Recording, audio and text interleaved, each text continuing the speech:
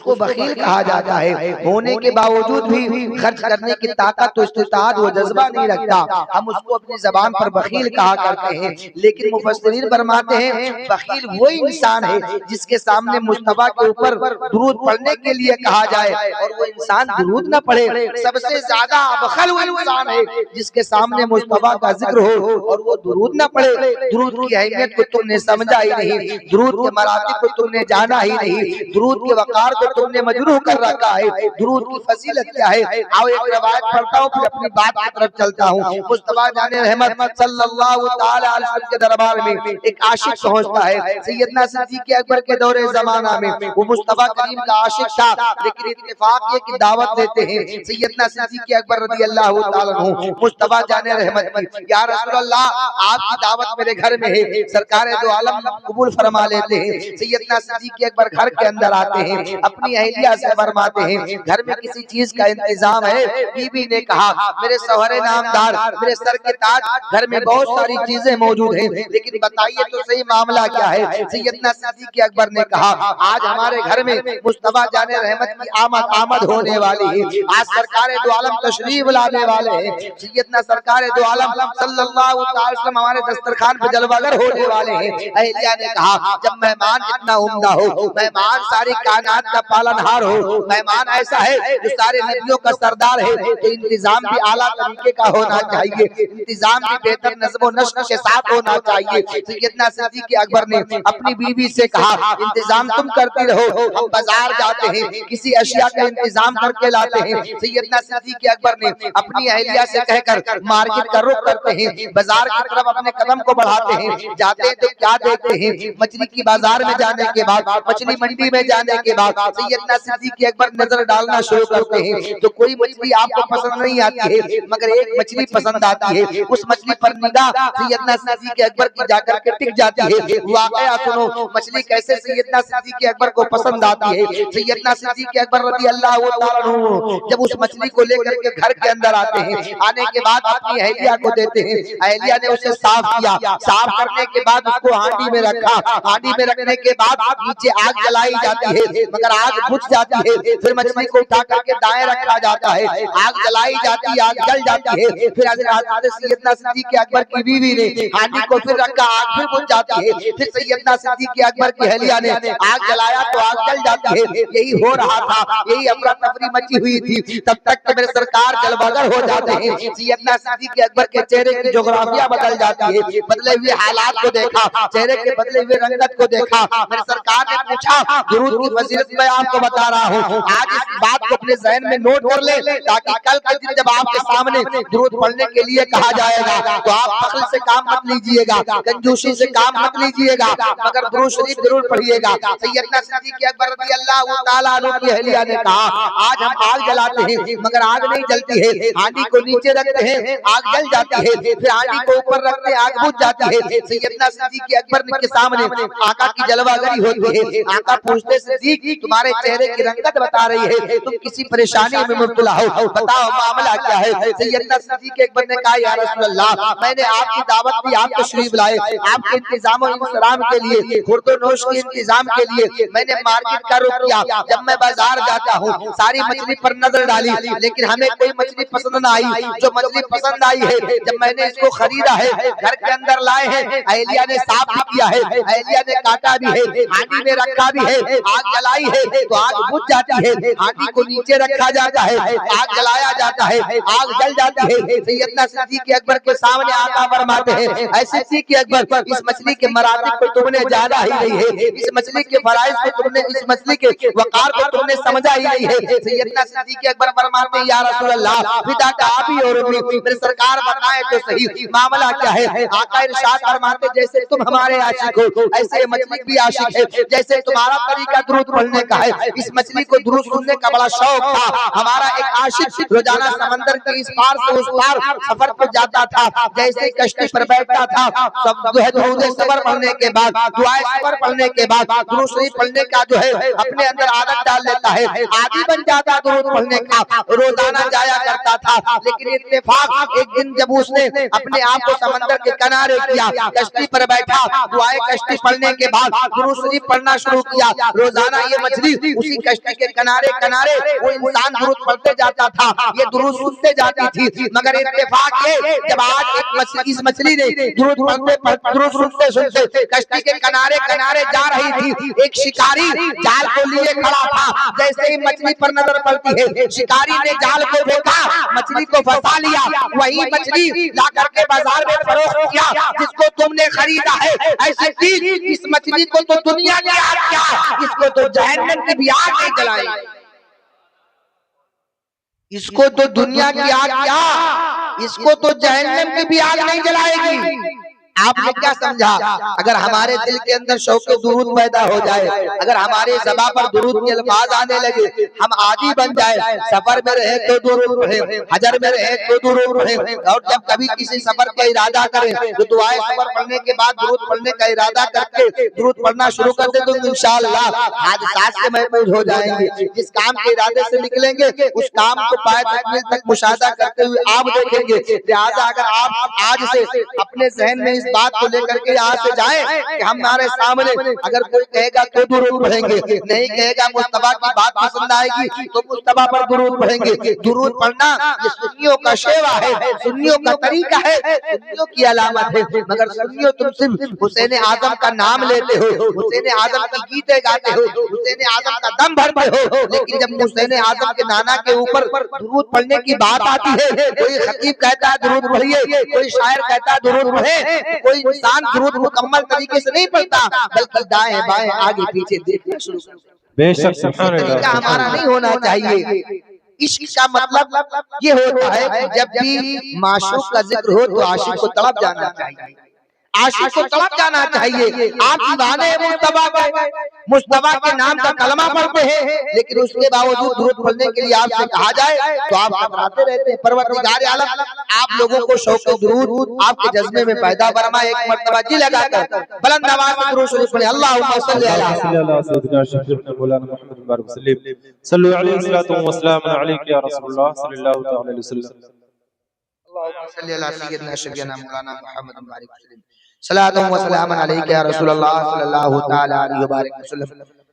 पहले दिन में आपके सामने इसी मिंबर पाक से, इसी कुर्सी खिताबत से आपके सामने मुस्तफा करीम सल्लल्लाहु अलैहि वसल्लम की सीरत पर गुफ्तगू की गई। दूसरे दिन सैयदना सिद्दीक़ अकबर रज़ी अल्लाहु अन्हु की सदाकत के ऊपर गुफ्तगू की गई। उसके बाद में कल गुज़िश्ता सब में फारूक आज़म सैयदना उमर इब्न खत्ताब रज़ी अल्लाहु अन्हु के अदल व इंसाफ के ऊपर रोशनी डाली गई। उन्होंने अपने दौरे ज़माना में क्या क्या किया, उनसे कौन कौन सी करामतों का सुदूर हुआ, ये सारी बातें आपके सामने की गई। आज इंशाअल्लाह कोशिश करता हूँ, आज हमारी बहनें भी बैठी हुई हैं, आज इनको भी दर्स देना है, इन्हें भी बताना है कि कनीज़े फातिमा का तरीका क्या होता है, मुस्तफा जान रहमत की बेटी का तरीका क्या होता था। इन कनीज़ों को भी उन्हीं की नकल करना है। आज इंशाअल्लाह लास्ट में ये बातें भी करेंगे, लेकिन थोड़ी देर में आपके सामने मुस्तफा करीम के एक दामाद हैं, मुस्तफा करीम के खलीफे सानी हैं सैयदना उस्मान गनी रज़ी अल्लाहु तआला अन्हु, इनके ऊपर थोड़ी सी बातें करके मैं बात को आगे बढ़ाने की पूरी जसारत करता हूँ। नबी कौनैन सल्लल्लाहु अलैहि वसल्लम से पहले भी इस दुनिया की के ऊपर, इसी जमीन के ऊपर 1 लाख या 2,24,000 कमोबेश पैगंबरान इस्लाम तशरीफ लाए। हर पैगंबर ने अपनी अपनी जिंदगी लोगों के रुश्द हिदायत के लिए गुजारी है, लोगों की रहनुमाई के लिए गुजारी है, लेकिन वो साहिब औलाद भी हुए हैं। परवरदिगार आलम ने उनको जौज़ैन जैसी नेमतों से माला माल भी फरमाया है। हर पैगंबर की बीबियां भी होती थी, हर रसूलाने एज़ाम की बीबियां भी होती थी, और हर रसूलों की बीबियों के साथ साथ उनके बच्चे भी होते थे, बच्चों के साथ साथ बच्चियां भी होती थी। लेकिन कुर्बान जाओ, परवरदिगार आलम के प्यारे महबूब कायनात के हर नबी के सरदार हैं। परवरदिगार आलम ने अपने महबूब को सारे नबियों का सरदार बना करके भेजा है। वो इंसान अपनी किस्मत पर रश करता है। कायनात में परवरदिगार आलम जिससे खुश होता है, जिसके ऊपर ज्यादा रहमतों का नुज़ूल होता है, उस इंसान के दामन से परवरदिगार आलम अपने नबियों की बेटियों को मुंसलिक कर दिया करता है। उन्हीं जात में से एक जात का नाम सैयदना उस्मान गनी रज़ी अल्लाहु तआला अन्हु का है।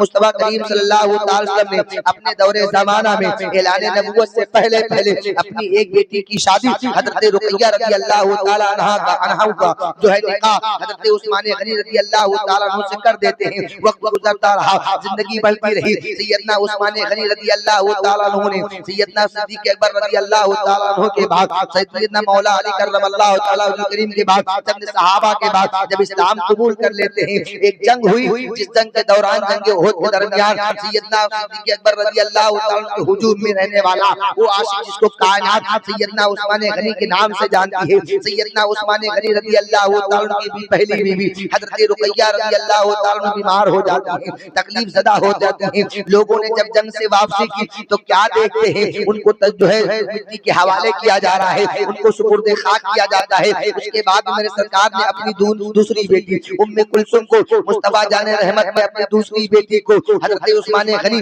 रज़ियल्लाहु ताला के हवाले कर दिया, उनके अक़द में दे दिया, उनके साथ उनकी शादी कर दी। आका करीम सल्लल्लाहु ताला अलैहि वसल्लम फरमाते हैं, मौला अली करमल्लाहु ताला वजह इस हदीस के रावी है, वो बयान फरमाते हैं, एक मर्तबा मैं और मेरे साथ उस्मान गनी भी तशरीफ फरमाते, मैंने मुस्तफा करीम के ज़बान मुबारक से सुना, आका करीम सल्लल्लाहु अलैहि वसल्लम के लबहाए मुबारक से सुना, आका इरशाद फरमा रहे थे, ऐ उस्मान गनी हमारी तो दो बेटियां तुमको है, ऐ उस्मान गनी हमने तो पहले एक बेटी दी, ऐ उस्मान गनी फिर हमने तुमको दूसरी बेटी दी। उस्मान गनी सुनो, अगर हमको परवरदिगार आलम यके बाद दीगरे तमाम बेटियां देता और उन सारी बेटियों को यके बाद दीगरे मैं तुम्हारे निकाह में दे देता, हत्ता कि यहाँ तक हर बेटियों का इंतकाल हो जाता। कितना बड़ा मकाम सैयदना उस्मान गनी रज़ियल्लाहु ताला अन्हु का है, इसीलिए आपको कहा जाता है ज़ुन्नूरैन, आपका लक़ब है। सैयदना मौला अली करमल्लाहु ताला करीम फरमाते हैं, आकाए दो आलम सल्लल्लाहु ताला अलैहि वसल्लम को अपने गनी से उस्मान गनी से किस कदर उल्फत और मोहब्बत है। आकाए दो आलम सल्लल्लाहु ताला अलैहि वसल्लम ने जब भी किसी काम के लिए उस्मान गनी को आवाज दी है, जब भी किसी काम के लिए उस्मान गनी को अपने जानिब बुलाया है, तो और लोगों ने अगर आने में ताखीर की है, मगर उस्मान गनी ने फौरन अपने कदम को आगे बढ़ाया है,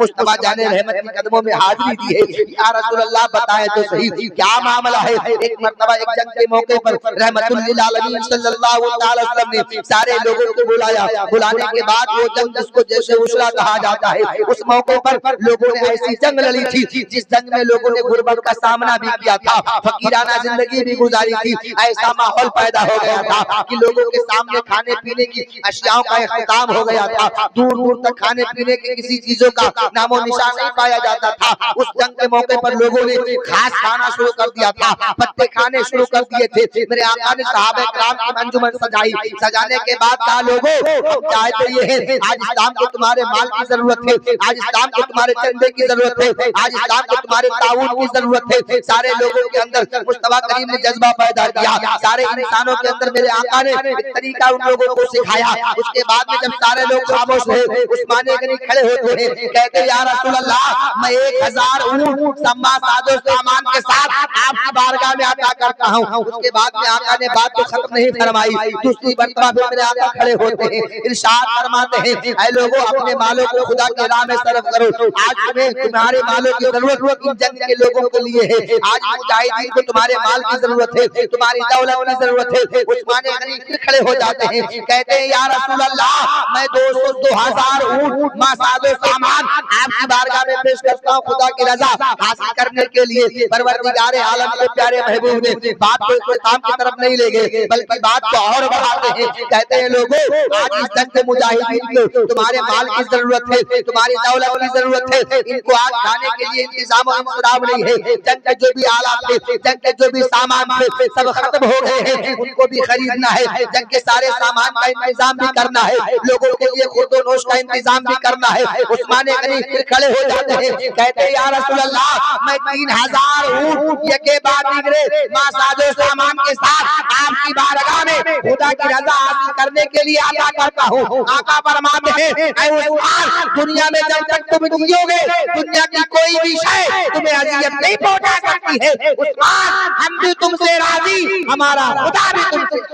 बेशक नारे तकबीर, नारे रिसालत, मसलके आला हज़रत, जश्न शहीद आज़म हुसैन की आमद, नारे तकबीर, नारे रिसालत, सुभान अल्लाह, सुभान अल्लाह। सैयदना उस्मान गनी को आप सबने समझा ही नहीं, बस यूं समझे हो आज हमारी इस कौम का एक रवैया बन गया है, हजरत हमारी कौम की एक सोच बन गई है। इनके सामने जब करामत की बातें करो तो बड़े नारे लगाएंगे, इनके सामने जब गौसे आजम के मुर्दे जिंदा करने वाली करामतों का जिक्र करो तो उछल उछल करके नारा लगाएंगे। ऐसा लगता है कि इनके सामने गौसे आजम ने मुर्दे को जिंदा किया है। अगर इनके सामने बातें करने लगो कि मेरे गरीब नवाज ने छोटे से कासे में पूरे पानी को बुला लिया, ये तड़प जाएंगे, नारा लगाना शुरू कर देंगे। मगर जब उस्मान गनी की सखावत की बात आती है तो कानों में तेल डालकर बैठ जाते हैं। ये सोचते कहने वाले का काम तो कहना होता है, हमारा काम तो सुन करके बातों को अपने जहनों से निकाल देना होता है। लोगों करीम सल्लल्लाहु अलैहि वसल्लम के उस्मान गनी की सखावत को अगर कायनात के ऊपर आज तकसीम कर दिया जाए तो सारे दुनिया के सखी अपने कदम को पीछे कर लेंगे। लोगों ने कहा सैयदना हातिम नबी कौनैन सल्लल्लाहु अलैहि वसल्लम के उस्मान गनी की सखावत के बारे में अकाबिरीन फरमाते हैं सारे दुनिया की सखियों की सखावत एक तरफ, सैयदना उस्मान गनी की सखावत एक तरफ। लोग कहते हैं हातिम तई बड़ा सखी था, बड़ा मालदार था, बड़ा दौलत था, लोगों को अपने दरवाजे पर बुलाता था, अपने मकान के चारों तरफ दरवाजे लगा रखे थे। जिस दरवाजे पर कोई फकीर आता हातिम तई जाता वहां भी देता, अगर पलट करके वो सखी दूसरे दरवाजे पर जाता हातिम तई उस दरवाजे पर उससे मुलाकात करता, उसके चेहरे को पहचान भी लेता था, मगर वापस नहीं करता, माल उठाता फिर दे देता। दूसरे दरवाजे पर हातिम तई जाता, फकीर वो दरवाजे पर पहुंच जाता था, हातिम तई उठाता उसे भी दे देता था। हत्ता कि जब तीसरे दरवाजे पर चौथे दरवाजे पर हर दरवाजे पर हातिम तई जाता रहता, फकीर दरवाजे बदल बदल कर जाता रहता, हातिम तई मना नहीं करता था, दे देता था। लोगों ने कहा हातिम तई जैसा मैंने सखी किसी को नहीं पाया, नादान हातिम तई जैसा वकील किसी को मैंने नहीं देखा। अगर वो हातिम तई सखी होता तो एक ही बार में इतना दे देता कि फकीर को दोबारा मांगने की जरूरत नहीं पड़ती। मेरे आका ने जिसको दिया है उसकी जिंदगी को मुमताज कर दिया है। मेरे सरकार ने सैयदना सिद्दीक़ अकबर को सदाकत का बादशाह बनाया, उमर इब्न खत्ताब को अदालत का बादशाह बनाया और उस्मान गनी को सखावत का शहंशाह बनाया। बेशक, सुभान अल्लाह, सुभान अल्लाह। सखावत का शहंशाह बना दिया। मुस्तफा करीम सल्लल्लाहु अलैहि वसल्लम जब चंद सहाबा के साथ हिजरत करके मक्कतुल मुकर्रमा से मदीनतुल मुनव्वरा जाते हैं तो एक कुआं था जो उस जमाने में उसको यहूदियों ने कब्जा कर रखा था। पूरे मदीनतुल मुनव्वरा की सरजमीन से रोज़े रसूलुल्लाह से 4 किलोमीटर की दूरी पर वो कुआं आज भी मौजूद है। उस कुएं के पानी के सिवा कोई किसी कुएं के पानी को लोगों ने चखा लेकिन मीठा महसूस नहीं हुआ। सारा कुएं के पानी, सारे कुएं जो मदीनतुल मुनव्वरा की सरजमीन पर मौजूद थे, हर कुएं का पानी खारा था। लेकिन जब उस कुएं के पानी को सहाबे किराम ने इस्तेमाल किया बड़ा लजीज महसूस हुआ, बड़ा उम्दा महसूस हुआ। लेकिन दूर दराज तक पानी का कहीं नामो निशा मौजूद नहीं था। यहूदी का काम यह था पानी को फरोख्त किया करता था, पानी को दिरहमो दिनार के जरिए बेच दिया करता था। लेकिन उस्मान गनी से मेरे आका ने फरमाया उस्मान गनी लोगों को पानी की जरूरत है। आज लोगों को पानी की सख्त जरूरत पड़ गई है, कहीं दूर दराज तक पानी नहीं मिलता। उस्मान गनी ने कई हजार दिरहम में आधा कुआं यहूदी से खरीद लिया। शर्त ये तय हो गई एक दिन पानी यहूदी पिएंगे, दूसरे दिन पानी मुसलमान पिएंगे। मगर मुसलमान की हमेशा चालाक रहा करता है, हमेशा होशियार हुआ करता है। जब भी किसी चीज की जरूरत पड़ती है तो जब अगर पीछे हो जाता है दाएं बाएं देख करके कोशिश करता है कि कोटेदार के यहाँ पहले पहुंच जाए। जब भी कहीं भी कोई मामला होता है पहले से कोशिश करता है कि हम पहले पहुंचे, पहला हमारा नंबर आए। तो मुसलमानों ने ये शर्त तय की थी हम पानी तो खरीदते हैं मगर हम पानी आधे कुएं का एक दिन इस्तेमाल करेंगे, दूसरे दिन तुम इस्तेमाल करोगे। मुसलमानों ने एक दिन में पानी को इस्तेमाल करने का तरीका यह बनाया कि ज्यादा पानी जमा कर लेते थे, 2 रोज तक उसका इस्तेमाल किया करते थे। नबी कौनैन सल्लल्लाहु अलैहि वसल्लम ने उस्मान गनी से कहा हमारे लोगों के लिए पानी का इंतजाम तुमने कर दिया है, लेकिन यहूदी की खरीदो फरोख्त पर लगाम तुमने लगा दी है। आज उसका पानी बिकता नहीं है, यहूदी आते चले जाते हैं। यहूदी ने देखा मुसलमानों ने इस्तेमाल के लिए एक दिन के पानी के लिए बजाय 2 दिन के पानी को जमा करने की आदत बना ली है, 2 दिन के पानी का इंतजाम और इंतजाम कर लिया है। फौरी तौर पर यहूदी आजिज आ गया, कहा जब पानी तुम ही नहीं लेते हो, एक दिन के बजाय 2 दिन का पानी जमा कर लेते हो, तो उस्मान हमारे करीब आओ, जो बचा उसे भी खरीद खरीद लो। उस्मान गनी फरमाते हैं दूसरे दिन मैं गया और 8,000 dirham दे करके पूरा कुआं खरीद करके मुसलमानों के नाम पर वक्फ। बेशक सुभान अल्लाह माशाअल्लाह। वो जात की जन्ना उस्मान गनी रज़ी अल्लाह तआला अन्हु की है। एक अंसारी सहाबी रसूल है, एक यहूदी का मकान और अंसारी सहाबी रसूल का मकान टच बना हुआ है, बगल में एकदम करीब है। मगर इत्तेफाक ये कि उस यहूदी के मकान के अंदर एक दरवाजा, एक दरख्त लगा हुआ है। वो दरख्त फलदार है, लेकिन जब वो दरख्त बड़ा हुआ, फल देने लगा, तो उसकी शाखें अंसारी साहब रसूल के घर में आ गई। जब फल गिरता था अंसारी इस्तेमाल करता था, साहब रसूल इस्तेमाल करते थे, मगर बार बार वो शिकायतें करता रहा, मुस्तफा की बारगाह में शिकायतें करता रहा, या रसूल अल्लाह दरख्त हमने लगाया है, मेहनत और मशक्कत हमने की है, पानी इसमें हमने डाला है, इसकी खिदमत हमने की है, हमारे सहन में लगा हुआ है, फल के इंतजाम और इंतजाम के लिए हमने मेहनत और मशक्कत की है, आज इसका फल आया है। तो ये अंसारी साहब रसूल आपका यार है, आपका सहाबी है, आपके हुक्म के मुताबिक अपनी जिंदगी गुजारता है, मगर या रसूल अल्लाह हमारे दरख्त के फलों को इसने इस्तेमाल करना शुरू कर दिया है। नबी कौन सल्लल्लाहु अलैहि वसल्लम फरमाते हैं, ऐ मुनाफिक, तू अपने दरख्त को उस वक्त उसकी मुनाफिकत जाहिर नहीं हुई थी, जाहिरी तौर पर तो अपने आप को भी मुसलमान कहता था, आका समझते थे ये भी तो मुसलमान है, आका जानते थे उसके दिल की बातों को, लेकिन जाहिरी तौर पर मेरे आका ने फरमाया जब तू मुसलमान है, अपने आप को मुसलमान कहता है, उसने कहा मैं मुसलमान नहीं हूँ, मैं तो मुसलमानों से बुग़्ज़ रखने वाला हूँ, मेरा नाम मुनाफिकीनों की फहरिस्त में से लिखा जाता है, मैं मुनाफिक हूँ। फौरी तौर पर आका ने फरमाया तू कुछ भी सही, जब तेरे दरख्त की शाखें इसके घर में लटक रही है, इसके घर में जाकर के टिक गई है, तो तू अपने इस दरख्त को इसके हवाले भेज दे। उसने कहा मैं अपने दरख्त का कतान इसके हवाले नहीं करूंगा। आका ने फरमाया तेरी मुंह मांगी कीमत तुझे दे दी जाएगी, जो चाहिए कीमत ले ले। उसने कहा हम कीमत को नहीं लेंगे, हम अपने दरख्त को इसके हाथ नहीं बेचेंगे। बार बार कहते रहे आका, बार बार उससे कहते रहे अपने दरख्त को इस अंसारी साहब रसूल के हवाले कर दे। उसने कहा हम दरख्त को नहीं देंगे। फौरी तौर पर सैयदना उस्मान गनी की आमद हो गई।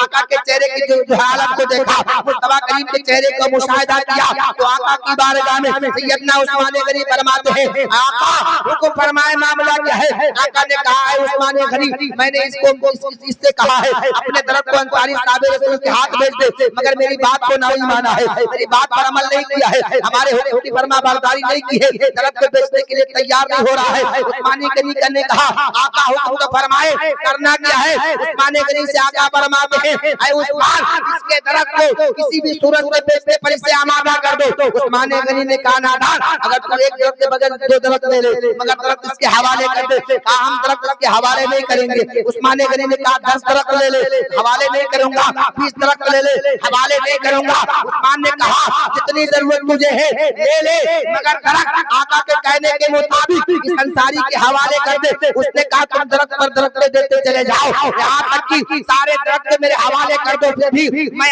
अपने दरख्त को अंसारी साहब रसूल के हवाले नहीं करूंगा।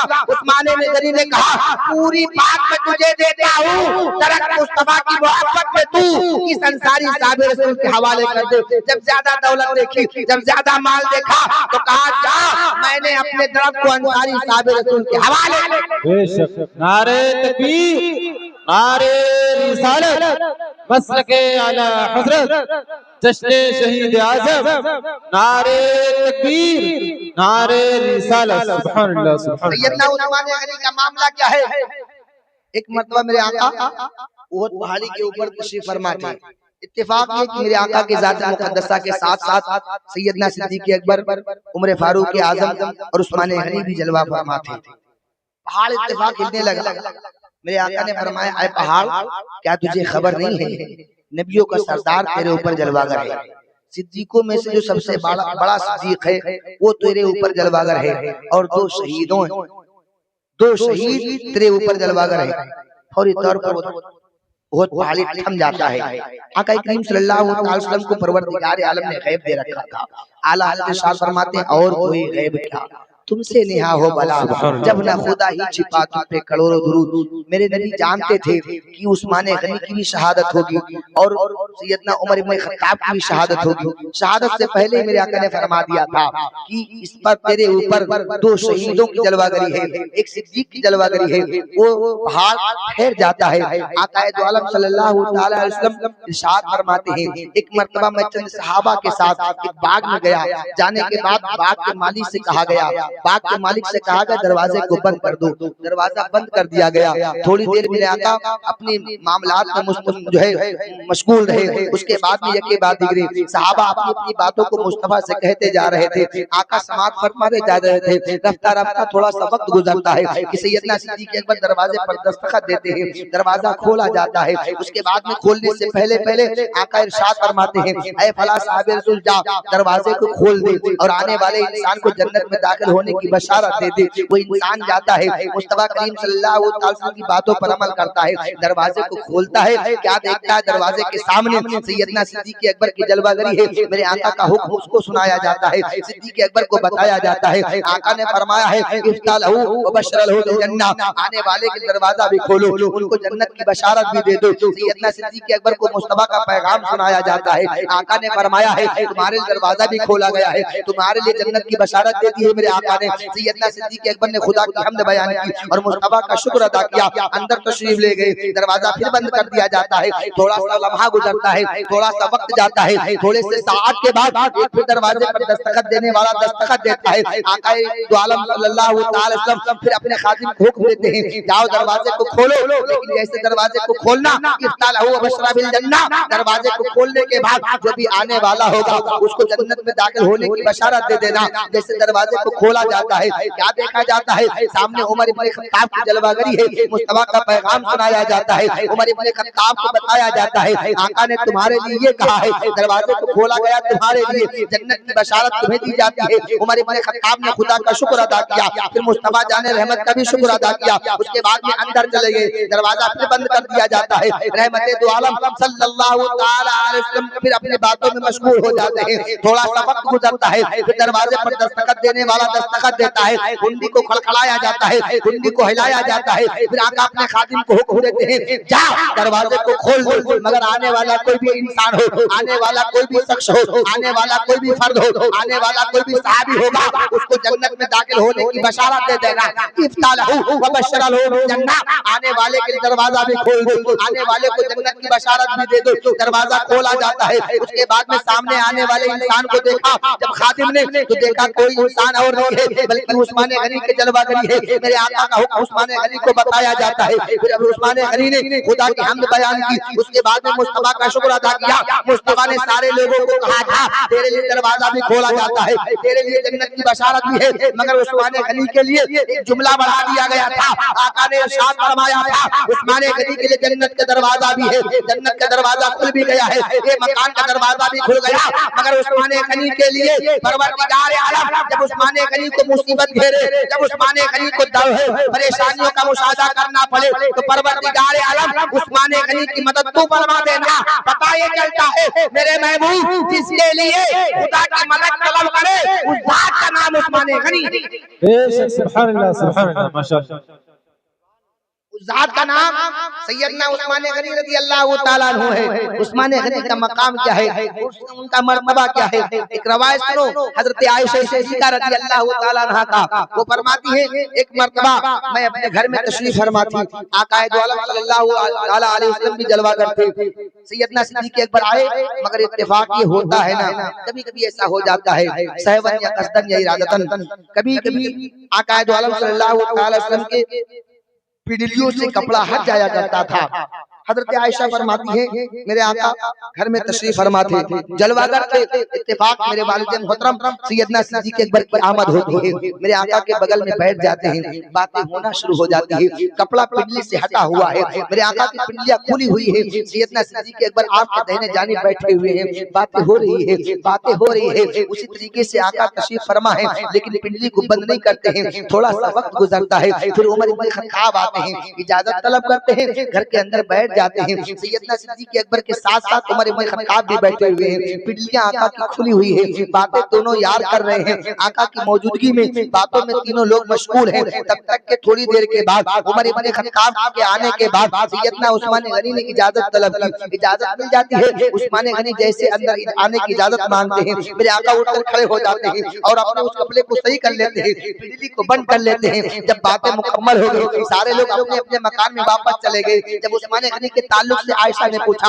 या रसूल अल्लाह, सैयदना सिद्दीक़ अकबर आए, पिंडली खुली रही, आप उसी तरीके से बदस्तूर बैठे रहे, आपने किसी बात में अपने आप को जो है नहीं डाला, पिंडली को बंद नहीं किया, मगर या रसूल अल्लाह थोड़ा सा वक्त गुजरता रहा, उमर इब्न खत्ताब आए, मगर पिंडली खुली रही, आप बैठे रहे, बातें करते रहे, मगर जब उस्मान आए तो आप खड़े हो गए और अपनी पिंडली को बंद कर लिया, कपड़े को दुरुस्त कर लिया। आका इरशाद फरमाते, आयशा तुमने समझा ही नहीं, सैयदना सिद्दीक़ अकबर के मकाम को तुम जानती हो, सैयदना सिद्दीक़ अकबर के मकाम को हम भी जानते हैं, सैयदना उमर इब्न खत्ताब के मरातिब को कायनात का बच्चा बच्चा जानता है, मगर आयशा आज एक बात तुम अपने ज़हन में डाल लो, आज एक बात तुम अपने आप ज़हन के अंदर नोट कर लो, वो ये कि हज़रत उस्मान गनी के लिए मैंने पर्दा इस बुनियाद पर किया है कि सैयदना उस्मान गनी से खल्लाक़े कायनात के फरिश्ते भी शर्म हया करते हैं, तो मैं क्यों ना करूं। पता ये चलता है उस्मान गनी के लिए परवरदिगार आलम के प्यारे महबूब ने अपने जो है अपने अंदर हया के जुमले का इस्तेमाल किया।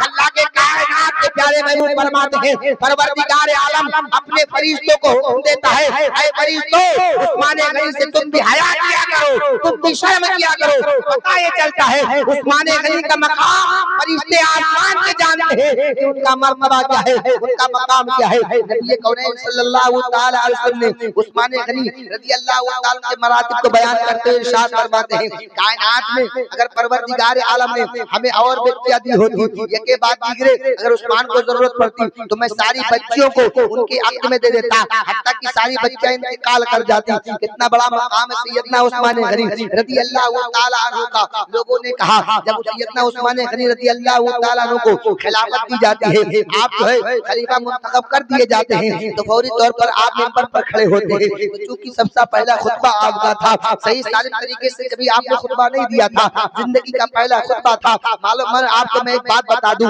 आज लोगों ने कहना शुरू कर दिया है, चंद अकल के दुश्मनों ने कहना शुरू कर दिया है कि मुस्तफा हमारे तरह है, मुस्तफा हमारे जैसे बशर हैं, वो भी खाते पीते चलते फिरते हैं, उनको तो ऐसा उनकी इज्जत ऐसी करनी चाहिए जैसे कि बड़े भाई की करनी चाहिए। आओ उस्मान गनी के दस्तूर हयात से सबक लेकर के जाओ, उनका मकाम क्या रहा है, उनका मर्तबा, उनका तौर तरीका क्या रहा है। सैयदना उस्मान गनी रज़ियल्लाहु तआला अन्हु को जब खलीफा मुंतखब किया जाता है तो उसी मिंबर पर खड़ा किया जाता है जिस मिंबर पर सैयदना सिद्दीक़ अकबर ने खुतबा दिया था, जिस मिंबर पर उमर फारूक आज़म ने खुतबा दिया था, जिस मिंबर पर मेरे आका खुतबा दिया करते थे, उसी मिंबर पर सैयदना उस्मान गनी रज़ियल्लाहु तआला अन्हु खड़े होते हैं। मगर तरीका देखो, अदब देखो, किस तरीके से अदब का लिहाज कर रहे हैं। सैयदना उस्मान गनी रज़ियल्लाहु तआला अन्हु ने जब खलीफे अव्वल को खलीफा बनाया जाता है, यानी सैयदना सिद्दीक़ अकबर को, तो मेरे आका सबसे ऊपर वाले जीने पर बैठ करके खुतबा दिया करते थे। जब सैयदना सिद्दीक़ अकबर खिलाफत को है काम अंजाम देते हैं और खुतबा देने के इरादे से मिंबर पर जाते हैं, तो मेरे आका जिस मिंबर पर बैठते थे उसके नीचे वाले जीने पर सैयदना सिद्दीक़ अकबर तशरीफ फरमा होते हैं। जब उनका दौर खत्म होता है,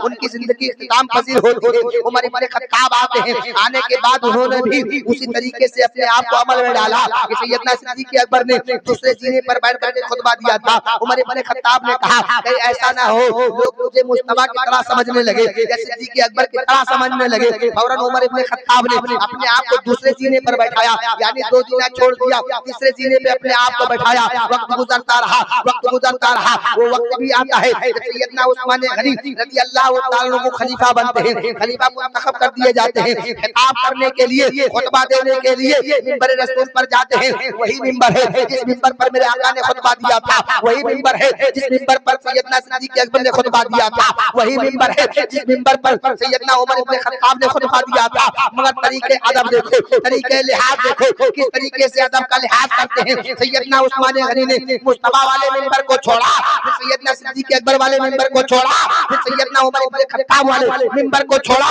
सबसे नीचे वाले जीने पर बैठ करके खुतबा देते हैं। खुतबा जब खत्म होता है तो लोगों ने सवाल किया, ऐ उस्मान तुमने इतने नीचे बैठ करके खुतबा क्यों दिया, दूसरे जीने को क्यों छोड़ा, तीसरे जीने को क्यों छोड़ा। तो उस्मान ने कहा सुनो, हमारा मकाम और है, उमर का मकाम कुछ और है, सिद्दीक़ अकबर का मर्तबा कुछ और है। हम तो उनके कदमों के खाक के बराबर भी हमारा अमल नहीं है। आज सारी की बुनियाद पर सैयदना उस्मान गनी ने अपनी जात को उन लोगों के सामने उजागर किया।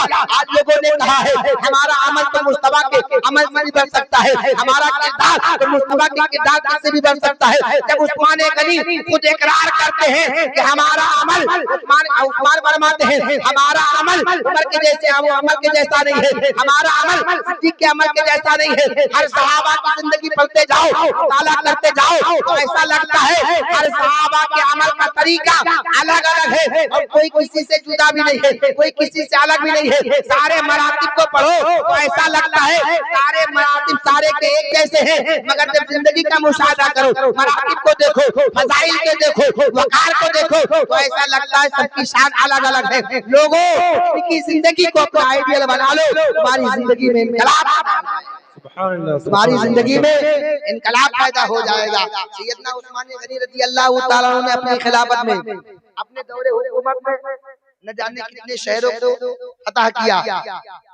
गर्ज ये की जो दौर उमर इब्न खत्ताब का गुजरा था उससे भी कहीं ज्यादा हसीन दौर आपका रहा है। 10 साल या रवायत इख्तिलाफ की बुनियाद पर 12 साल कमोबेश आपने दौरे खिलाफत को अंजाम दिया, लेकिन 6 माह तक किसी को कोई एतराज नहीं था। सैयदना उस्मान गनी रज़ी अल्लाह तआला अन्हु की खिलाफत के मामलात में किसी को कोई एतराज नहीं था। उमर से भी ज्यादा लोग उन्हें पसंद करते थे, क्योंकि उमर के अंदर थोड़ी सी सख्ती थी। उस्मान गनी के अंदर सख्ती का नाम और निशान नहीं पाया जाता था, सिर्फ सखावत ही सखावत उस्मान गनी के पास थी। सैयदना उस्मान गनी रज़ी अल्लाह तआला अन्हु का 6 साल का दौर बड़ा उम्दा गुजरा। 6 साल के बाद लोगों में इख्तिलाफ पैदा होना शुरू हो गया, इख्तिलाफ होना शुरू हो गया। सैयदना उस्मान गनी रज़ी अल्लाह तआला अन्हु ने अपने दौरे जमाना में अपने एक खादिम को भेजा, एक इलाके का गवर्नर बनाया। इत्तेफाक ये कि उसने अपने आप को लोगों को ऊपर अजाब डालना शुरू कर दिया, लोगों को परेशान करना शुरू कर दिया।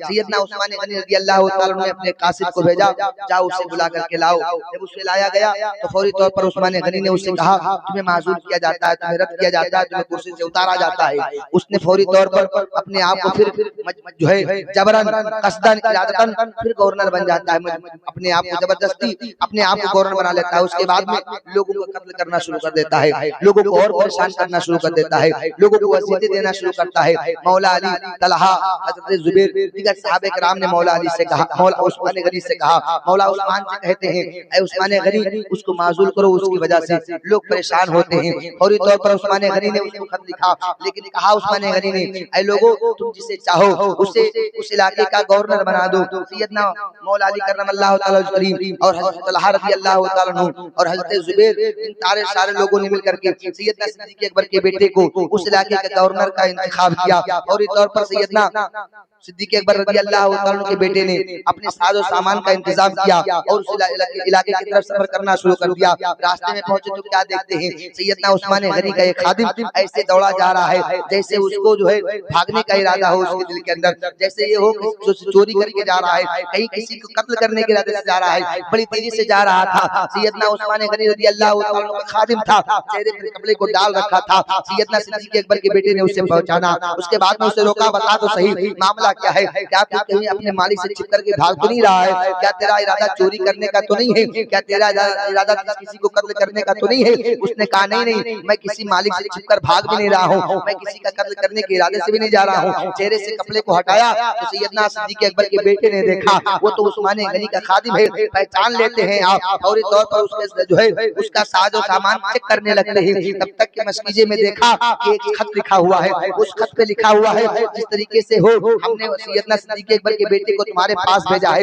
इनका भी कत्ल कर देना और तुम अपने कुर्सी पर बैठे रहना, जब तक कि हमारा दूसरा हुक्मनामा तुम तक न पहुंचे, अपनी कुर्सी को खाली मत करना। फौरन सैयदना सिद्दीक़ अकबर के बेटे को जलाल आता है, क्योंकि आपको जो है आपको वहाँ का गवर्नर भी मुंतखब करते हैं। उसके बाद में खत में इस तरीके से तहरीर पाते हैं, फौरी तौर पर जलाल में आते हैं। सैयदना सिद्दीक़ अकबर के बेटे ने वहाँ से रुख को बदलने के बाद वापस मदीनतुल मुनव्वरा की सरजमीन पर आते हैं। अब सारे सहाबा अकाबिरीन सहाबा को को जमा करते हैं। वो उस वक्त हजरत तलहा भी थे, हजरत सईद बिन ज़ैद भी थे, हजरत उसामा भी थे, हजरत सैयदना मौला अली करमल्लाहु ताला वजहुल करीम की जलवागरी थी। सारे लोगों के हुजूम में सैयदना सिद्दीक़ अकबर के बेटे ने कहा, देखो आप लोगों ने हमें फला इलाके के गवर्नर की शक्ल में हमें मुंतखब किया था, मगर उस्मान गनी ने ऐसा लिखा है, बताओ क्या होना चाहिए, क्या करना चाहिए। सारे लोग पहुंचते हैं सैयदना उस्मान गनी की बारगाह में, ऐ उस्मान ये खत तुम्हारा है, कहा खत तो हमारा है, तहरीर तुम्हारी है, हमारी खत हमारी तहरीर से मुशाबा तो है, मगर ये खत हमने नहीं लिखा है। खादिम तुम्हारा है, खादिम हमारा है, खादिम तुम्हारा जिस सवारी पर बैठा था वो सवारी भी तुम्हारी है। बड़े ताज्जुब में लोग पड़ जाते हैं, खादिम तुम्हारा, सवारी तुम्हारी, तहरीर भी तुम्हारी से मुशाबत रखती है। अल खत तो यशब्बु बिल खत, एक खत दूसरे खत की मुशाबा हुआ करता है, लेकिन किसी के खत को देख करके किसी को कातिल के जो है कातिल नहीं कहा जा सकता है। सैयदना उस्मान गनी रज़ियल्लाहु ताला अन्हु को फौरी तौर पर सैयदना सिद्दीक़ अकबर के बेटे ने कत्ल करने का इरादा कर लिया। उससे पहले तमाम बलवाइयों ने आपको कत्ल करने का इरादा कर ही लिया था, आपको अज़ियतें देने का इरादा कर ही लिया था। सैयदना सिद्दीक़ अकबर रज़ियल्लाहु ताला अन्हु के साथ तमाम जो है तमाम बलवाइयों ने आपके घेरे को मुहासरे में ले लिया, आपके मकान को घेरे में ले लिया। जब आपका मकान घेरा जाता है कई दिन तक आपको कैद कर दिया जाता है, मकान के बाहर आप निकल नहीं पाते हैं, पानी भी खत्म हो जाता है। सैयदना उस्मान गनी रज़ियल्लाहु ताला अन्हु अपने दरवाजे के करीब आते हैं, आने के बाद कहते लोगों क्या तुम में मौला अली है? कहा मौला अली मौजूद नहीं है। क्या तुम में तलहा है? वो भी नहीं है। क्या तुम में जो है जुबैर है? वो भी नहीं है। इतना सुनने के बाद सैयदना उस्मान गनी फरमाते हैं, जाओ अली से कह दो हमारे लिए पानी का इंतजाम करे। सैयदना मौला अली करमल्लाहु ताला वजहुल करीम के बारगाह में सवाल पेश किया जाता है कि उस्मान गनी ने पानी के इंतजाम और इंतजाम के लिए आपके पास दरखास्त भेजी है। सैयदना मौला अली ने पानी के चंद मशकीजे लिया, लेने के बाद सैयदना मौला अली करमल्लाहु ताला वजहुल करीम ने अपने खादिम को बुलाने के बाद कहा कि पानी के सारे मशकीजे सैयदना उस्मान गनी के पास भेजा दो। जैसे ये खादिम लेकर के पानी के सारे मशकीजे को उस्मान गनी के मकान की तरफ सफर करना शुरू कर दिया, रास्ते में बलवाइयों ने सारे मशकीजे को छेद दिया, चले जो है तीरों तलवार के बाहर हुए, कई खादिम आपके जख्मी भी हुए, कई लोग आपके जो है उस वजह से जख्मी भी हुए, जख्मों से चूर चूर भी हो गए। सैयदना मौला अली करमल्लाहु ताला वजहुल करीम की बारगाह में ये खबर पहुंचती है कि बलवाइयों ने आपके खादिम को जख्म भी दिया है, पानी के मशकीजे को छेद भी दिया है। इतना सुनना था कि सैयदना मौला अली ने अपने बेटे हसनैन को बुलाया, कहा जाओ अपने हाथ में तलवार ले लो। सैयदना जुबैर ने अपने बेटे को भेजा, तलवार लेकर के जाओ उस्मान गनी की घर के पहरेदारी करना शुरू कर दो। सारे सहाबा ने अपने जवान बेटों को भेजा सैयदना उस्मान गनी की हिफाजत के लिए, सारे मुहाफिज़ीन बन करके जाते हैं, सैयदना उस्मान गनी के मकान के बाहर खड़े हो जाते हैं उनकी देखरेख के लिए, उनके हिफाजत के लिए। तब तक के क्या देखते हैं बलवाइयों ने जो है मारने के इरादे से घर को मुहासरे में लिया था, बार बार इरादा करते रहे, लेकिन किसी सूरत से जब वो खादिम जख्मी हुए थे तो अंदेशा ये हुआ कहीं मौला अली जंग के लिए न आ जाए, कहीं तलहा और जुबैर जंग करने के लिए न आ जाए। सैयदना सिद्दीक़ अकबर के बेटे ने अपने जंग के अंदाज को बदला और एक मकान की छत पर चढ़ करके 3 लोगों को लेकर के दूसरे मकान के जरिए सैयदना उस्मान गनी के मकान के अंदर चले जाते हैं। सैयदना उस्मान गनी उस वक्त अपनी बीवी के साथ इबादत और रियाजत में मशगूल थे, कुरान मुकद्दस की तिलावत कर रहे थे। सैयदना उस्मान गनी रज़ियल्लाहु ताला अन्हु के पास जब सैयदना सिद्दीक़ अकबर रज़ियल्लाहु ताला का बेटा जाता है तो दाढ़ी पकड़ को कहता है हम तुम्हें कत्ल करने के इरादे से आए हैं। इतना सुनना था कि सैयदना उस्मान गनी ने कहा, ऐ नादान क्या तूने मुझे पहचाना नहीं है? अगर आज तेरा बाप हमारे सामने होता तो क्या तू ऐसे गुस्ताखी करता? बाप का नाम सुनते हैं जैसे ही अब्दुल्ला फौरी तौर पर दाढ़ी मुबारक को छोड़ देते हैं। सैयदना उस्मान गनी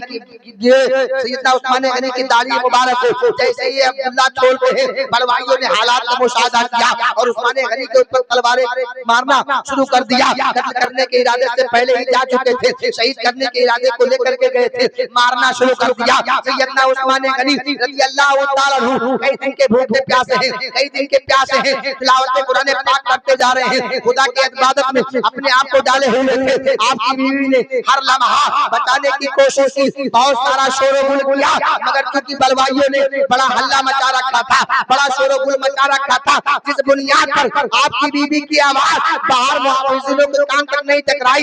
जब आप शहीद कर दिए गए, जब बलवाई चले गए तो सैयदना उस्मान गनी की बीवी दरवाजे पर आती है, खड़े होकर के कहती है इन्ना लिल्लाहि व इन्ना इलैहि राजिऊन। आज बलवाइयों ने हमारे शौहरे नामदार को, उस्मान गनी को, दामादे मुस्तफा को, दुन्नूरैन को, इन बलवाइयों ने जुल्म और सितम का मुशाहदा करते करते उन्हें शहीद कर डाला है। कई दिन के भूखे प्यासे उस्मान गनी को इन लोगों ने मार दिया है। इतना सुनना था कि फौरी तौर पर तलहा भी दौड़ते हुए आते हैं, उस्मान गनी भी आते हैं। उस्मान गनी नहीं बल्कि मौला अली भी आते हैं। सारे सहाबा बारगाह उस्मान में पहुंचते हैं। क्या देखते हैं, सैयदना उस्मान गनी जामे शहादत नोश फरमा चुके हैं। इस मंजर को देखने के बाद सैयदना मौला अली करमल्लाहु तआला वजहुल करीम ने अपने बेटे हसन को बुलाया, अपने बेटे जुबैर को बुलाया, तलहा ने अपने बेटों को बुलाया, सईद बिन ज़ैद ने अपने बेटों को बुलाया। बुलाने के बाद सबने कहा जब तुम मुहाफिज बने थे, जब तुम्हारे पास ताकत भी थी, तुम्हारे पास दौलत, तुम्हारे पास आले कत्ल भी मौजूद था, तुम्हारे पास तीर तलवार भी थे, जब तुम्हारे पास सारे सामान मौजूद थे, कातिल अंदर कैसे गया? गुस्से में आकर के, जलाल में आकर के मौला अली ने अपने बेटे को ऐसे तमाचे लगाए कि दोनों लोग निर्दोष हो जाते हैं। मौला अली करमल्लाहु तआला वजहुल करीम जब हालात का मुशाहदा करते हैं, हालात से अपने आप को आगाही की तरफ अपने कदम को बढ़ाते हैं, तो पता ये चलता है कातिल दरवाजे से नहीं बल्कि दूसरे के छत के मदद से घर के अंदर गया था। तब मौला अली समझ जाते हैं इन लोगों का इरादा क्या था, इन लोगों के इरादे क्या थे। सैयदना मौला अली करमल्लाहु तआला वजहुल करीम उस्मान गनी से बेपनाह उनको तो मोहब्बत किया करते थे। किस कदर मोहब्बत, सैयदना उस्मान गनी से मौला अली फरमाते हैं, ज्यादातर हदीसों को नकल किया है उस्मान गनी के ताल्लुक से मेरे आका ने जिन जिन फजीलतों को बयान किया है उन फजीलतों के ज्यादातर रावी सैयदना मौला अली करमल्लाहु तआला वजहुल करीम। सैयदना मौला अली करमल्लाहु तआला वजहुल करीम की जात मुकद्दसा है। बात और की जाए कि खत्म की जाए? अरे भैया कुछ कही थे, हम फारसी ना कही थे, ना नेपाली बोली थे, ना इंग्लिश में बोले थे। अरे हम वही बोले थे जिसमें तुम जाना हो। कम से कम कुछ तो कहो दादा, कुछ तो कहो। दुरूद शरीफ पढ़िए, अल्लाहुम्मा सल्ली अला सय्यदना शफीना मौलाना मुहम्मद सल्लल्लाहु अलैहि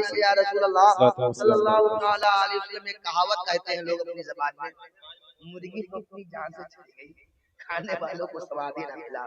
परवरदिगार आलम हमारे नौजवानों को जज्बे अली अता फरमाए। आज अगर आप बेदार हो जाएंगे, आज अगर आप हमारा साथ दे दे, 10 मिनट और साथ दे दे, तो कल इंशाअल्लाह आपको करबला की चंद झलकें दिखाऊंगा। इंशाअल्लाह मौला अली के जज्बात को आपके सामने बयान करूंगा। ऐसे ऐसे एतराज आपके सामने आएंगे कि आपके ईमान में जला पैदा हो जाएगा इंशाअल्लाह। एतराज भी सुनेंगे, एतराज का जवाब भी सुनेंगे, मगर शर्त ये है कि आपको साथ देना पड़ेगा, आपको साथ देना पड़ेगा, तब बात होगी, तब जाकर के बात मुकम्मल तरीके से आपके सामने की जाएगी इंशाअल्लाह। क्योंकि अब तक तो अकाबिरीन की बात हो रही थी, अब कल से जंग के मामलात आहिस्ता आहिस्ता करीब आने वाले हैं। कल से मौला अली के घर के लोगों की बात होना शुरू हो जाएगी। नबी कौन सल्लल्लाहु अलैहि वसल्लम की जब निज़ा की घड़ी करीब आती है, मलाइका पहुंचते, फरिश्ते पहुंचते, वो फरिश्ते जिनको परवरदिगार आलम ने रूह निकालने के लिए मुंतखब कर रखा है, पहुंचे आका की बारगाह में। आका के सीने अक़दस पर हाथ रखा जाता है, आका को तकलीफ महसूस होती है। मेरे आका ने फरिश्तों से पूछा, फरिश्तों जितनी तकलीफ इस वक्त हमें हो रही है, क्या मेरे उम्मतियों को होगी? रश करो उम्मतियों अपनी किस्मत पर। आका फरमाते हैं जितनी तकलीफ इस वक्त हमें हो रही है, क्या मेरे उम्मतियों को होगी? उम्मतियों फरिश्तों ने कहा, आका आपको कुछ भी तकलीफ नहीं दी जा रही है, आपसे ज्यादा आपके उम्मतियों को तकलीफ दी जाएगी। मेरे आका ने जो जुमला दिया है उस जुमले की कदर करो, इस्तकबाल करो उस जुमले की। आका फरमाते फरिश्तों जितनी तकलीफ तुम्हें हमारे उम्मतियों को देनी है हमें दे लो, हमें बर्दाश्त नहीं कि हमारे उम्मतियों को तकलीफ दी जाए। हमारे नबी दुनिया से बज़ाहिर जाने का वक्त है, उस वक्त भी मेरे आका हमें याद फरमा रहे हैं। मेरे आका दुनिया से पर्दा कर जाते तो सबसे ज्यादा किसी को अगर तकलीफ हुई थी तो फातिमा ज़हरा को बहुत तकलीफ हुई। मेरे आका ने फरमाया था जाने से पहले, फातिमा तुम परेशान मत हो, गमगीन मत हो, आंखों से आंसू न बहाओ। फातिमा मेरे खानदान में सबसे पहले तुम ही आकर के हमसे मिलोगी। फातिमा तुम ही सबसे पहले मुझसे आकर के मिलोगी। मेरे आका फरमाते बेटी फातिमा तुम तो हमारे जिगर के टुकड़े हो, तुम तो हमारे जिस्म का एक हिस्सा हो। फातिमा फरमाती है अब्बू जान जब आपने हमको कहा कि तुम जन्नती औरतों के सरदार हो तो बताइए तो सही मेरे आका हजरत मरियम का मकाम क्या है, उनका मर्तबा क्या है? तो आका ने फरमाया बेटी फातिमा उनका मकाम ये है तू अपने वक्त की औरतों के सरदार है। अरे फातिमा तुम कायनात की हर औरतों के सरदार हो। हजरत फातिमा ज़हरा रज़ी रज़ियल्लाहु ताला अन्हु को मुस्तफा जाने रहमत से बेपनाह उल्फत मोहब्बत है। आका इरशाद फरमाते हैं फातिमा मेरे जिस्म का एक हिस्सा है, फातिमा मेरे जिस्म का एक टुकड़ा है, फातिमा मेरे जिगर का एक टुकड़ा है, फातिमा मेरा चैन है, फातिमा मेरा इत्मीनान है, फातिमा मेरे नूर जो है मेरे आंखों की ठंडक है। नबी कौनैन सल्लल्लाहु अलैहि वसल्लम इरशाद फरमाते हैं फातिमा से बेपनाह उल्फत मोहब्बत मैं करता हूं। आका दो आलम सल्लल्लाहु अलैहि वसल्लम इरशाद फरमाते हैं फातिमा मेरी सबसे छोटी बेटी थी। आका दो आलम सल्लल्लाहु अलैहि वसल्लम की बेटी की उम्र रवायत इख्तिलाफ की बुनियाद पर जब 15 साल या रवायत इख्तिलाफ की बुनियाद पर 18 साल की होती है तो सबसे पहले रिश्ता किसी ने शादी के लिए भेजा था तो उस जात का नाम सैयदना सिद्दीक अकबर था। मेरे आका ने मना फरमाया, फिर जो है सैयदना उमर इब्ने खत्ताब ने भेजा, मेरे आका ने मना फरमाया, फिर सैयदना मौला अली ने भेजा। मेरे आका ने फातिमा ज़हरा की शादी मौला अली के साथ कर देते हैं। मेरे मौला ने मेरे आका ने जब फातिमा की शादी अली के साथ कर दी तो मेरे आका ने अपनी बेटी को महर में जो रकम का इंतखाब किया था आज अगर उसे जोड़ा जाए तो काफी चांदी की कीमत पहुंचेगी, काफी रकम होगा। लोगों ने कहा मेरे आका ने अपनी बेटी को जहेज में कुछ नहीं दिया था। नादानो मेरे आका ने बेटी को जहेज में तू कुछ नहीं दिया था क्योंकि शरीयत जहेज देने की इजाजत नहीं देती, बल्कि अगर तुम अपने बेटियों को शादी के मौके पर कुछ देना चाहते हो, इनायत करना चाहते हो तो जैसे अपने बेटों को दौलत में देते हो वैसे सूरह निसा के मुताबिक कुरान मुकद्दस के मुताबिक अपनी बेटियों का हिस्सा भी लगा दिया करो क्योंकि तरका में उनको भी हिस्सा मिलना चाहिए। आज इंसान खुसूसी दामन से बरी नहीं है, इस गुनाह से अपने आप को दूर नहीं किया है। बेटे को तो हिस्सा दे देता है मगर बेटे को कतान हिस्सा नहीं देता। मेरे आका इरशाद फरमाते हैं बेटी फातिमा मेरी नजर में जो सबसे ज्यादा अजीज था, मेरी नजर में जो सबसे ज्यादा मोतबर था, उसके साथ मेरा तेरा निकाह कर दिया है। हज़रत फातिमा ज़हरा रज़ियल्लाहु तआला अन्हा को जब रुखसत किया जाता है तो क्योंकि उससे पहले अली मुस्तफा के साथ रहते थे, अब अलग मकान की जरूरत है, शादी हो गई है, एक घर की जरूरत है, तो एक अंसारी साहिब रसूल खड़े होते हैं, कहते या रसूल अल्लाह मेरा फला मकान खाली पड़ा है, मैंने तोहफे में आपके दामाद को दे दिया, मैंने तोहफे में आपकी बेटी को दे दिया, शादी के हसीन मौके पर मैंने वो मकान आपके बेटी के नाम वक्फ कर दिया है। सैयदना मौला अली फातिमा को लेकर उस घर के अंदर जाते हैं, थोड़ा सा वक्त गुजरता है, मेरे आका तशरीफ फरमा होते हैं, अली को बुलाते हैं, फातिमा को बुलाते हैं, बुलाने के बाद मेरे आका इरशाद फरमाते हैं मेरी बेटी फातिमा मेरे नजर में जो सबसे ज्यादा मोतबर था, सबसे ज्यादा बाइज्जत था, सबसे ज्यादा बावकार वाला इंसान अगर कोई था तो अली था, मैंने तेरा निकाह अली के साथ कर दिया है। फिर मेरे आका ने फातिमा को बुलाया, बुलाने के बाद पानी मंगाया, फिर मेरे आका ने अपने दस्ते पाक में पानी के चंद कतरे लिए, लेने के बाद फातिमा के सीने पर छिड़का, उसके बाद में मौला अली करमल्लाहु ताला वजह करीम के ऊपर छिड़का।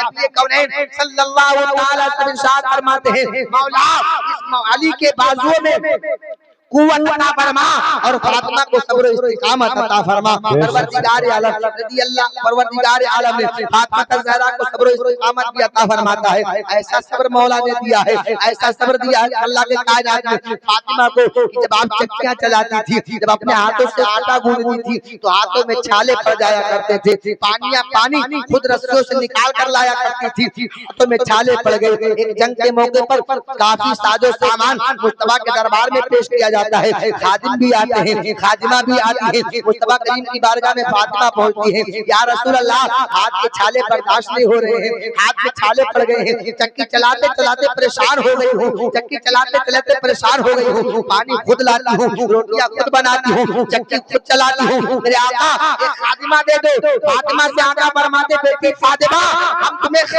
खादिमा दे दे और जो है जंगे तबूक के बेटे और यतीम बच्चे भूखे रहे और अपने पेटों पर पत्थर बांधे रहे, हम तुम्हें खादिमा दे दे। बेटी फातिमा हम तुम्हें खादिमा नहीं दे सकते। नबी कौनैन सल्लल्लाहु अलैहि वसल्लम की लख्ते जिगर है, अगर आप चाहती तो दुआ कर देती तो खल्लाके कायनात आसमान से आपकी खादिमा का इंतजाम फरमा देता, मगर फातिमा की मर्जी कुछ और थी, फातिमा की तबीयत कुछ और कहती थी। हज़रत फातिमा ज़हरा के ताल्लुक से नबी कौनैन सल्लल्लाहु अलैहि वसल्लम ने एक हदीस में इरशाद फरमाया है मैदान महशर कायम होगा, नफ्सी नफ्सी का आलम होगा, कोई किसी का पुरसाने हाल ना होगा, और आदम जो है हज़रत आदम से लेकर के हज़रत ईसा तक हर नबी जलवागर होंगे, हर नबी के उम्मती भी तशरीफ फरमा होंगे, सारे उम्मती जलवागर होंगे, उम्मतियों के साथ साथ मर्द और जन सब जमा होंगे, नबी कौनैन सल्लल्लाहु अलैहि वसल्लम के उम्मती भी वहाँ तशरीफ फरमा होंगे, मूसा के उम्मती वहाँ होंगे, ईसा के चाहने वाले वहाँ होंगे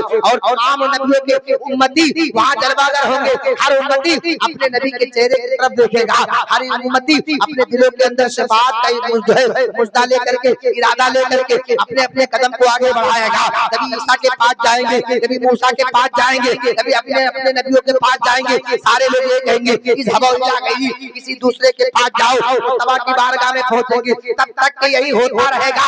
मैदान महशर में अल्लाह के कायनात का हुक्म होगा, ऐ अहले महशर वालों, अब बातें मत करो, अब शफाअत की जो है अब शफाअत की बातें ना करो और किसी बातों में अपने आप को ना डालो, बल्कि ऐ महशर वालों अपने सरों को झुका लो, अपनी गर्दनें नीची कर लो, इसलिए कि अब फातिमा बिन्ते मोहम्मद का पुलसरात से गुजरने वाला है, गुजर होने वाला है। फातिमा बिन्ते मोहम्मद पुलसरात को पार करने वाली है। परवरदिगार आलम पूरे महशर वालों को सर झुकाने की तलकीन करेगा, सर झुकाने का हुक्म देगा।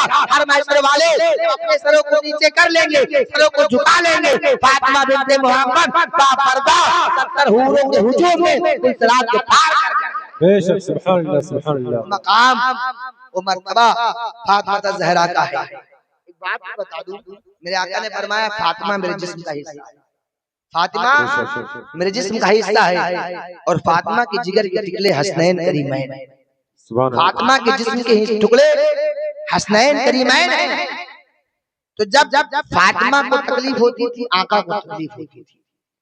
अब बताओ, मार्के करबला को अपनी निगाहों के सामने रखो, कई दिन के भूखे प्यासे बच्चे, कई दिन के भूखे प्यासे नौजवान, कई दिन के सफर के थके हुए औरतें, कई दिन के सफर की थकी हुई औरतें जिनके ज़बान पर आफा थे, लेकिन फिर भी खुदा का शुक्र अदा करती थी। जब उनके ऊपर पानी बंद किया गया होगा, अब मासूम अली असगर के ऊपर घोड़े चलाए गए होंगे, तीरों की बारिश हुई होगी, अब्बास नम्मतदार के बाजू काटे गए होंगे, उस वक्त फातिमा को तकलीफ कितनी हुई होगी, मेरे नबी को कितनी तकलीफ पहुंची हुई होगी। बर्दाश्त करने का कलेजा चाहिए।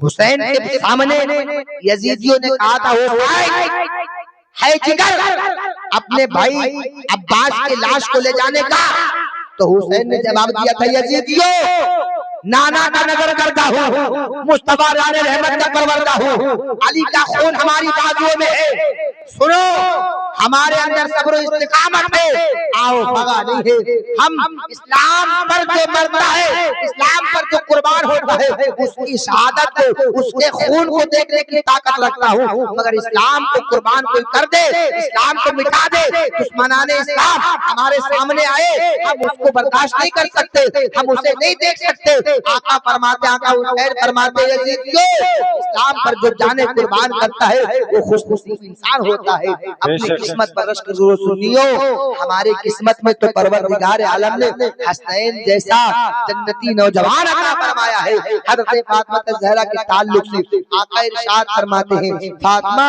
कायनात के हर औरतों की सरदार है, मेरी माँ बहनें बैठी हुई हैं। एक रवायत में बता दूं, फातिमा ज़हरा का जब इंतकाल हुआ था, मेरे आका के दौरे जमाना के बाद जब फातिमा ज़हरा अपने घर की सबसे पहली खातून होती है जो अपने वालिद मोहतरम से पहले जाकर के मिलती है। जब फातिमा के निज़ा का वक्त करीब आया तो फातिमा ज़हरा ने अली से कहा, ऐ मेरे शौहरे नामदार, ऐ मेरे सर के ताज, तुम्हारे सिवा कभी किसी ने हमारे जुल्फों को नहीं देखा है, ऐ मेरे सर के ताज, कभी किसी ने हमारे जुल्फों को नहीं देखा है, हमारे हाथ की हथेली को नहीं देखा है, ऐ अली हमारे तुम्हारे सिवा हमको किसी ने अभी तक नहीं देखा है, ऐ मेरे सर के ताज, जब हमें गुस्ल न दिया जाए, हमें नहलाया न जाए, क्योंकि जब हमें गुस्ल दिया जाएगा तो औरतें आएंगी हमें देखेंगी, हमें बर्दाश्त नहीं कि तुम्हारे सिवा कोई औरत भी हमें देखे, जबकि औरतों को देखने की इजाजत शरीयत देती है। मगर फातिमा ने कहा था, ऐ मेरे सर के ताज, हमें जिस गुस्ल में पाना, जिस गुस्ल में हमारा इंतकाल होगा, उसी गुस्ल में हमें मिट्टी के हवाले कर देना। चुनांचे हज़रत फातिमा ज़हरा ने सबक दिया था, ऐ मेरी उम्मत के नौजवानों, ऐ मेरी उम्मत की बहनों, कफन कभी हमारे हमारी सुन्नत से अपने अपने कदम को दूर मत करना।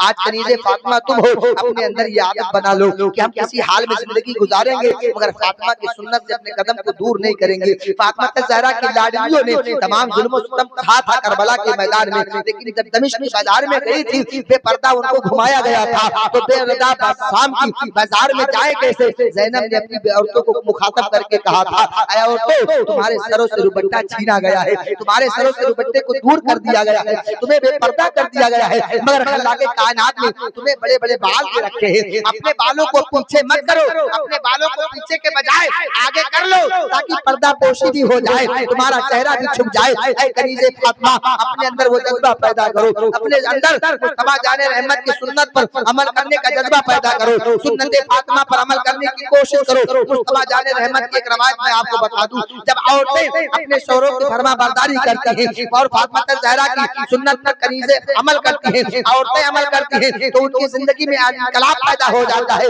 जो बच्चों को कहती हैं बच्चे उन बातों पर अमल करती हैं, अगर औरतें सुन्नत फातिमा से दूर हो जाती हैं तो उनके घर में बरकतें खत्म हो जाती हैं। मुस्तफा जाने रहमत के दौरे ज़माना में एक इंसान ने अपनी बीवी को वसीयत करके कहा था, मैं जा रहा हूँ तजारत के लिए, जब तक के वापस ना आऊं अपने कदम को घर से बाहर न निकालना। इत्तेफाक ये उस लड़की के बाप जो है बीमारी में मुब्तला हो जाता है, उसका बाप, उसने फौरी तौर पर अपने खादिमा को बुलाया, तहरीर लिखा, कहा जाओ मुस्तफा की बारगाह में इजाजत मांगो। उसने खत में लिखा था, या रसूल अल्लाह मेरे शौहर ने वसीयत की थी जब तक के मैं ना आऊं अपने कदम को घर से बाहर न निकालना, मगर इत्तेफाक या रसूल अल्लाह मेरे बाप की तबीयत हलील हो गई है, मैं उसे देखना चाहता हूँ, मैं उसे देखना चाहती हूँ। या रसूल अल्लाह शरीयत का हुक्म क्या है, आपकी इजाजत है या नहीं? आका फरमाते तेरी शरीयत मेरी तेरा शौहर है, जब तक कि वो इजाजत न दे अपने कदम को घर से बाहर न निकालना। वक्त गुजरता रहा, वो मुस्तफा जाने रहमत की बात पर अमल करती रही, अपने शौहर के हुक्म पर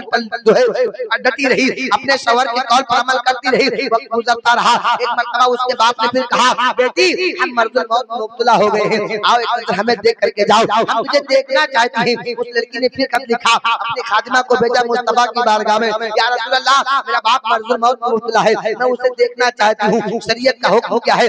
आका फरमाते तेरे लिए तेरी शरीयत तेरा शौहर है, जब तक कि तेरा शौहर वापस ना आ जाए तू अपने कदम को घर से बाहर न निकालना। और इस तौर पर वो खादिमा फिर ठहर जाती है। वक्त गुजरता रहा, जब उसके बाप का इंतकाल हो गया, किसी ने कहा तुम्हारे बाप का इंतकाल हो गया है, चलो एक नजर देख लो, चलो एक नजर देख लो। फौरन खत लिखा मुस्तफा की बारगाह में, या रसूल अल्लाह मेरे बाप का इंतकाल हो गया है, मेरा बाप दुनिया से चला गया है, एक नजर उसे देखना चाहती हूँ। आका ने फरमाया तेरे लिए शरीयत का हुक्म तेरा शौहर है, जब तक के तेरा शौहर इजाजत नहीं देगा तू अपने कदम को घर से बाहर नहीं निकालेगी। वो लड़की अपने घर में अपने शौहर के कौल पर अमल करती रही, अपने शौहर के बताए हुए बातों पर अमल करती रही। जब उसके बाप को जमीन के हवाले कर दिया गया, रात का वक्त आया, रात के सन्नाटे में उसके बाप ने अपनी बेटी को ख्वाब के आलम में दिखाया कि बेटी देख तेरे उस हुस्न अमल की वजह से मैं जन्नत में हूँ। परवरदिगार आलम ने उस बेटी के हुस्न अमल की वजह से गुनहगार बाप को जन्नत अता फरमा देता है। ऐ औरतों अगर तुमने अपने अंदर कनीज़े फातिमा जैसा कौल पैदा कर लिया, अपने शौहरों की बातों पर अमल करने का जज्बा पैदा कर लिया, मुस्तफा जाने रहमत से उल्फत और मोहब्बत करने का इरादा पैदा कर लिया, फातिमा ज़हरा की सुन्नतों पर अमल करने का और उनसे बेपनाह उल्फत और मोहब्बत पैदा करने का जज्बा अपने अंदर पैदा कर लोगी तो जब तुम अपने बच्चों को दूध पिलाओगी, पिलाने के बाद जब उनकी परवरिश करोगी तो बच्चा आपसे फरमाबरदारी करेगा, आपके हुक्म के मुताबिक जिंदगी गुजारेगा। ऐ औरतों आज की जलसे से पैगाम लेकर के जाओ, हम हर हाल में कनीज़े फातिमा बन करके जिंदगी गुजारेंगे। दुनिया के किसी सीरियल वाली हीरोइन का नकल नहीं करेंगे, बल्कि फातिमा ज़हरा की नकल करेंगे। हम हमारी कौम की औरतों को यही सीखना चाहिए, यही दर्स लेना चाहिए। परवरदिगार आलम हम तमाम लोगों को और हमारी तमाम बहनों को फातिमा ज़हरा के नक्शे कदम पर चलने की तौफीक अता फरमाए और हम तमाम लोगों के बाजुओं में जज्बे उस्माने गनी पैदा फरमाए। उस्माने गनी बड़े खूबसूरत थे, बात बहुत रह जाती है, सैयदना उस्माने गनी बड़े खूबसूरत थे। हजरत उसामा इब्ने ज़ैद की एक रवायत सुनो, हजरत उसामा इब्ने ज़ैद फरमाते हैं आकाए दो आलम सल्लल्लाहु ताला अलैहि वसल्लम ने गोश्त का एक प्याला दिया, कहा जाओ उस्मान को दे करके आओ। जब उस्मान गनी के दरबार में उसामा इब्ने ज़ैद दूध का जो है गोश्त का वो प्याला लेकर के जाते हैं तो क्या देखते हैं, सामने हजरत रुकैया बैठी हुई है, एक तरफ उस्मान गनी बैठे हुए हैं। कभी एक झलक उनको देखते हैं, कभी एक झलक उनको देखते हैं, दोनों लोगों के चेहरे को देखते रहते हैं। लौटे तो मुस्तफा करीम ने पूछा, ऐ उसामा तुम घर के अंदर गए थे, मेरे उस्मान को तुमने देखा है, मेरी बेटी रुकैया को तुमने देखा है? हाँ या रसूलल्लाह, दूध का प्याला जो है गोश्त का प्याला दिया, फिर एक नजर उनको देखा, एक नजर उनको देखा, मगर या रसूलल्लाह बड़े खूबसूरत थे, बड़े हसीन और जमील थे। आका ने फरमाया उनके चेहरे जैसा किसी का चेहरा, उनके नूर के जैसा किसी का नूर अब तक के मेरे उम्मतियों में किसी को मैंने नहीं पाया है। इस कदर खूबसूरत उस्मान गनी और उनकी बीवी थी। परवरदिगार आलम हमारी हर औरतों को और हमारे हर बच्चों को परवरदिगार आलम उस्मान गनी का सदका अता फरमाए और उनका हुस्न अता फरमाए। कल इंशाअल्लाह खुदा ने चाहा तो मौला अली करमल्लाहु तआला वजहहु का जिक्र करेंगे, लेकिन शर्त फिर बता देता हूँ। शर्त ये है कि खुद आओ और अपने दोस्तों को भी लाओ, खुद आओ अपने वालिद को भी लाओ, महल्ले के लोगों को बताओ कि हमारे महल्ले में आज मौला अली का जिक्र होने वाला है। उस अली का जिक्र होगा जिस अली का नाम लो तो बाजू में कुव्वत और पैदा हो जाती है, बेशक जिस अली का नाम लो तो घर से बलाएं भाग जाती हैं। कल इंशाअल्लाह उस अली का जिक्र होगा। अल्लाह के कायनात हम तमाम लोगों को मौला अली के नक्शे कदम पर चलने की तौफीक और रफीक अता फरमाए और इस जलसे को अपनी बारगाह में कबूल फरमा ले। वमा अलैना इल्लल बलाग। अस्सलामु अलैकुम। हमारे कहने में कोई खता हुई तो मौला उसे माफ फरमाए।